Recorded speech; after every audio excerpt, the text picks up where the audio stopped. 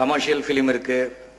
அது ஆனால் நல்ல படம், கெட்ட படம், ஓடுற படம், ஓடாத படம் எவ்வளோ இருக்கும். ஆனால் ஒரு 45 நாடுகளை சேர்ந்த 150 படங்கள் ஒரே ஊர்ல திரைப்படம் வெளியிடும் பொழுது அது மிகப்பெரிய ஒரு வாய்ப்பு. அதுவும் இந்த வாய்ப்பு இவ்வளவு சுலபமாக்க ஆக்கியதற்காக மாண்புமிகு தமிழக முதல்வருக்கு எங்களுடைய மனமார்ந்த நன்றியையும், இந்த துறையினுடைய அமைச்சர் அருமை நண்பர் திரு பரிதி அவர்களுக்கு எங்களுடைய நன்றியையும் தெரிவித்துக் கொள்ள கடமைப்பட்டிருக்கின்றோம். ஏன்னா ஒவ்வொரு இடத்துலையும் நாம அப்ரூவல் வாங்கணும். 5 ஷோனா 5 ஷோக்கு ஒரு கவர்மெண்ட் அப்ரூவல் வாங்கணும். பல விஷயங்கள் இருக்கு. எல்லாத்தையுமே ஒரு சிங்கிள் விண்டோ சிஸ்டம் மாதிரி அவ்வளவு சுலபமாக செய்து கொடுத்திருக்கிறார்கள்.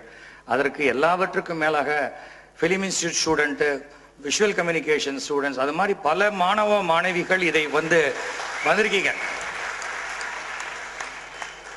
எப்போதுமே ஒரு காலேஜில் படிக்கும்போது கிளாஸ் இல்லாட்டா ரொம்ப சந்தோஷமாக இருக்கும். அதே போல இந்த மாதிரி ஒரு இடத்துல நீங்க கத்துக்கக்கூடிய ஒரு விஷயம் இருக்கிறது. உங்களுக்கு வாழ்க்கையில மிகப்பெரிய அனுபவம். நான் முதல்ல சென்ட்ரல் பாலிடெக்னிக்ல 1969ல படிக்கும்போது அப்போ ஒரு பிலிம் ஃபெஸ்டிவல் 65 படம் பார்த்தேன். அதுக்கப்புறம் 5 பேப்பர் கையில கொடுத்துட்டாங்க. ஆனா அதுக்கப்புறமும் பேப்பர் கையில வாங்கினேன் தவிர பிலிம் ஃபெஸ்டிவல் பார்க்கறத நான் நிறுத்தவே இல்லை.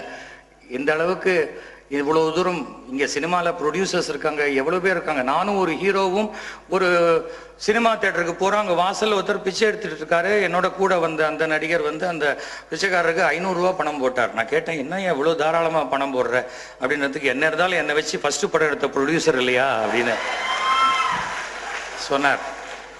ஆனா அந்த ப்ரொடியூசரை நான் கேட்டேன், நீங்க என்னப்பா இப்படி வந்துட்டீங்க, மறுபடியும் பணம் சம்பாதிச்சா என்ன பண்ணுவீங்கன்னு கேட்டபோது மறுபடியும் படம் எடுப்பேன்னு தான் சொன்னாரே தவிர நான் வேற தொழில் போவேன்னு சொல்லலை.